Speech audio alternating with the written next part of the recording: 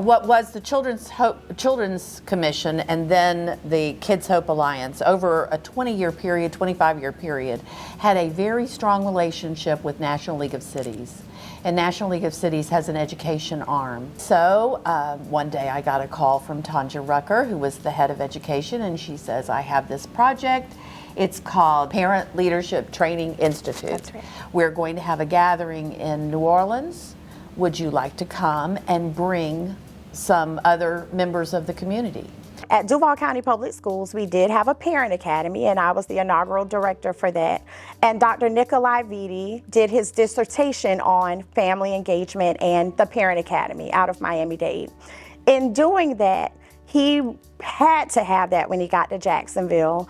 And it was because his mom was one of those people who felt like she didn't have the right to speak to school board people, or she just wasn't comfortable. So we were doing Parent Academy classes, they were great, and he wanted parent leaders. But once the parent leaders became parent leaders based on our own standards, I'm like, Dr. Vitti, we have to do something else. Like, there has to be a next level of parent engagement, because some of these parents just taking a few classes here and there and now, you know, helping us out sometimes, some of them are like ready to change the world. So once we found out about this program, it was literally like the answer of something that I'd been trying to, yeah, it was perfect. The Jacksonville Public Education Fund was created at a time like more than 10 years ago, maybe now it's 15. And there was no engagement, public engagement with the public school systems. At the time, like the data that I remember is like only 20% of the adults in the city had any connection with the school system. That was where we started. The need was there in the sense of how did we train parents and adults to get civically engaged? Well, I was already doing a lot of work on the school level. I was PTA president, a part of SAC. And when I saw the email come through about this program, some of the session titles that was listed really piqued my interest. And I said, oh my God, this sounds exactly like something I want to be a part of. I always say that Parents Who Lead for me was like what they say what Red Bull does for you. It gave me wings. And some of those courses was just so amazing. I think my favorite course session was What is Community? Because it made me realize that I was a part of this Jacksonville community.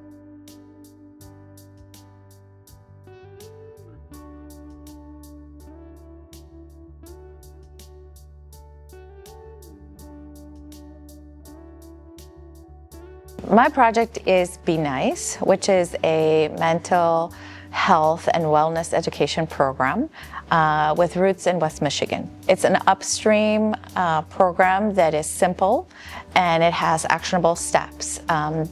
Notice, invite, challenge, and empower. Elementary kids need something very broken down into pieces and something that they can use in their everyday lives with their friends, with their teachers, and at home. And that program just fits perfect with that.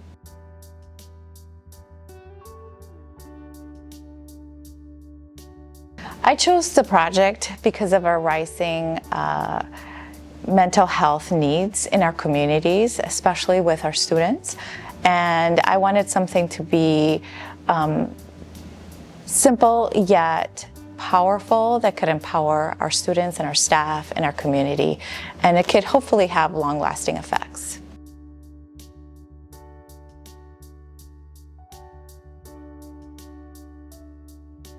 So several years ago, I took care of a little boy who was a bad asthmatic who came into the ER. He came in with a pretty severe attack and almost needed to be intubated or put on a ventilator.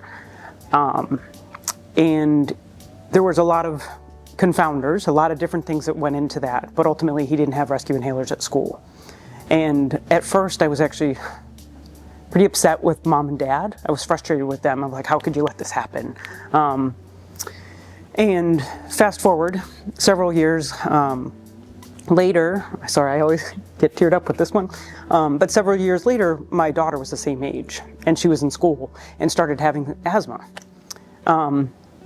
And I realized how complicated it was for families to get the medications in school. And I realized with the form that needed to be filled out, it was just a duplicate of process and it made it so complicated. So I had tremendous sympathy for this mom from several years back. And I realized it wasn't her fault. It was just a complicated system that was really hard to navigate. So that was kind of the inspiration for this project of how can I, as a parent and as a physician, simplify this for families to make this easier for everybody.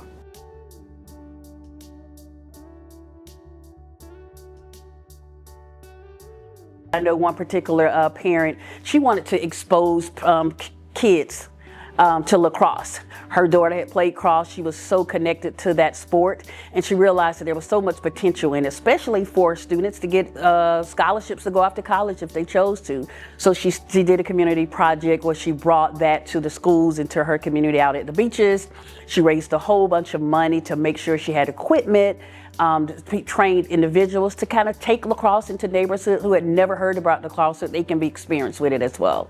I have never experienced anything like it, to just see people who say, hey, Parents Elite changed my life. And then knowing that I was a part of that in some small way, it just makes me feel amazing.